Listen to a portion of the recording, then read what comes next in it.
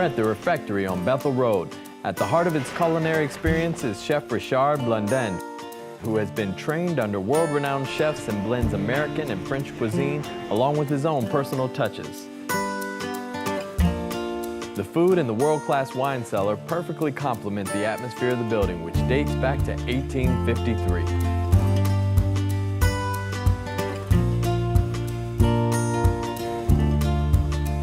Today I'm meeting with owner and CEO Kamal Boulos to find out more about its unique history.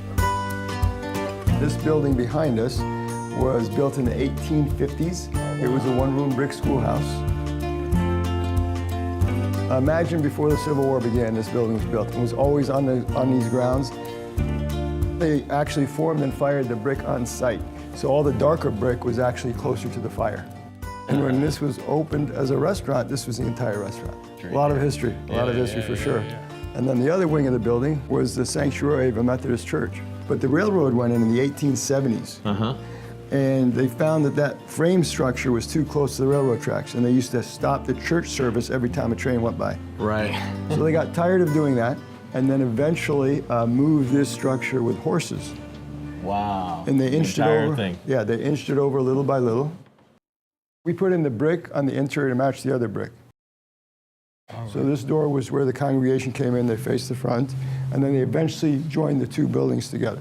Okay. Yeah, and it was actually in use as a church from the 1850s until the 1960s. Okay.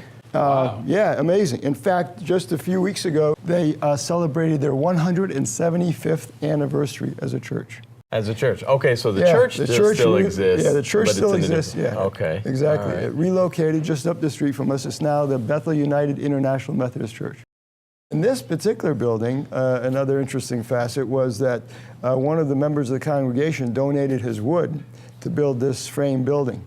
Oh, wow. And instructed the folks that were cutting the trees to go to one side of the stream where the trees existed. And they went to the opposite side and they cut down his valuable walnut trees. So this building he was not happy. Constructed with walnut. Uh-oh. Yeah. Oh my goodness, this is amazing. Now, what do we have here? This is our vegetarian presentation that does change every now and then. So the chef always prepares a variety of interesting things so that you just don't have one item on the plate. It's absolutely beautiful. Yeah, and he always, obviously, as we do with a lot of all the French food, very exquisitely and artistically arranged. Chef Richard is an artist. He's a master. Yeah, yeah. And what are you going to be? Well, this is a rack of lamb. That has a number of interesting components on the plate, including this sort of like squidding tuile. And then he wraps the lamb with this particular menu with a little bit of seaweed and a crust. Oh, so it's a little bit different flavors and textures that he incorporates into every plate. I mean, this is absolutely beautiful. I don't know if I'm supposed to eat it or take it home and hang it on my wall. I know your chef is amazing, so I'm going to start with this. Like some purple potatoes there. That is really good. So he came on board here in 1992, and just totally transformed our restaurant. Wow. I mean, we always had good food, but he took it from good to great. Wow. Just extraordinary. And we've been working together for 26 years, and every couple of weeks, I see him do something that he's never done before. When I think of him, I think of a culinary athlete. He's always trying to take it to the next level. Always, yeah.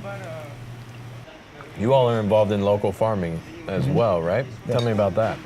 Well, when the chef first came here, he developed a network of farmers, and he was very low key about it. You know, we started just contacting people, and there were people that would just show up on our back doorway, and he would buy whatever they had. He had no idea what they were bringing sometimes. Oh, wow. Yeah.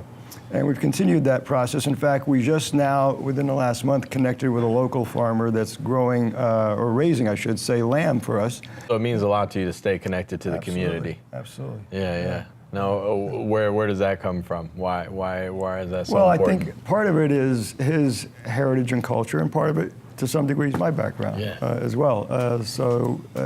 You know, these days you can really get anything from anywhere in the globe overnighted to you. But it's much better to have a connection with the local community and help sustain, that movement. And you have a much better idea of the source also. So now the name refectory, where did that come from? Well, it means a dining hall, a church, or a monastery or convent. Oh, okay. Hence the history of the building. What do you hope that people that come here to the refectory, what do you hope they walk away with in terms of a feeling or an experience?